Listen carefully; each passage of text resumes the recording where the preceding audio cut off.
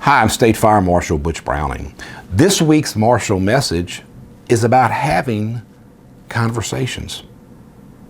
You know, we talk all the time, and sometimes when we're talking, there's no significance to what we're talking about.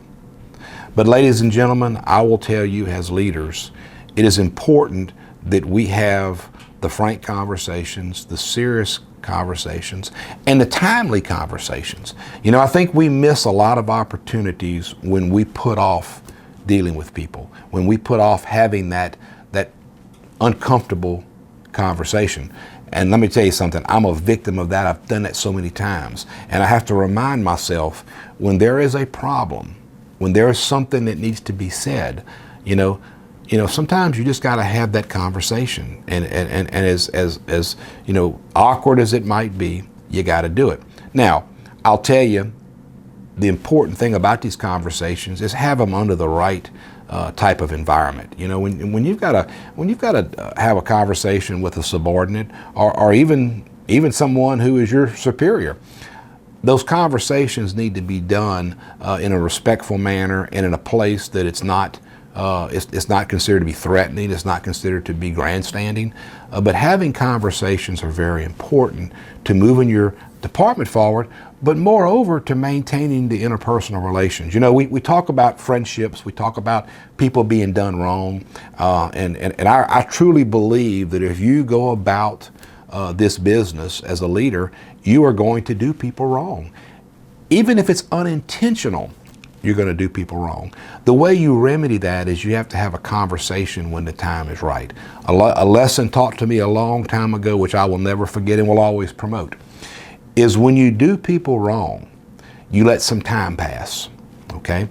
And even if you don't really believe you did them wrong, but they believe that in fact you wronged them, should mean something to you if you're a humble servant. You let some time pass and you have a conversation with that person, and you let that person know that whatever you did to offend them, you're truly sorry about that. When a man extends their hand to another person in that humble, forgiving manner, those people will almost always turn around and become a better friend than they were to you in the beginning. We have to have conversations to cultivate and shore up not only our personal friendships, but our professional friendships. It's important if we're going to be successful in saving lives and property. If we can't work together, we're hurting ourselves and we're hurting our profession. So remember, together, we can bring about better safety, better service, and a better quality of life to all in Louisiana if we could just have those conversations.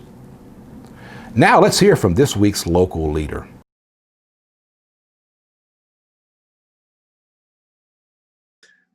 Good evening. My name is Charles Mason, Fire Chief, City of Opelousas Fire Department.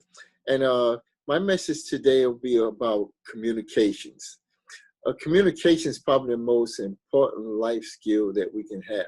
It enables us to pass information on to other people and understand what it's saying of us. Communication can be in different forms, verbal, nonverbal. You can send emails or texts. But the most important thing is being able to speak directly to somebody. Sometimes you just need to put the phone down and just have a face-to-face meeting and just talk and get your message across. In my 35 plus years in the fire department, I think being able to communicate and having conversations with people helped me a lot in becoming fire chief. Over the years, I've taken classes like in public education.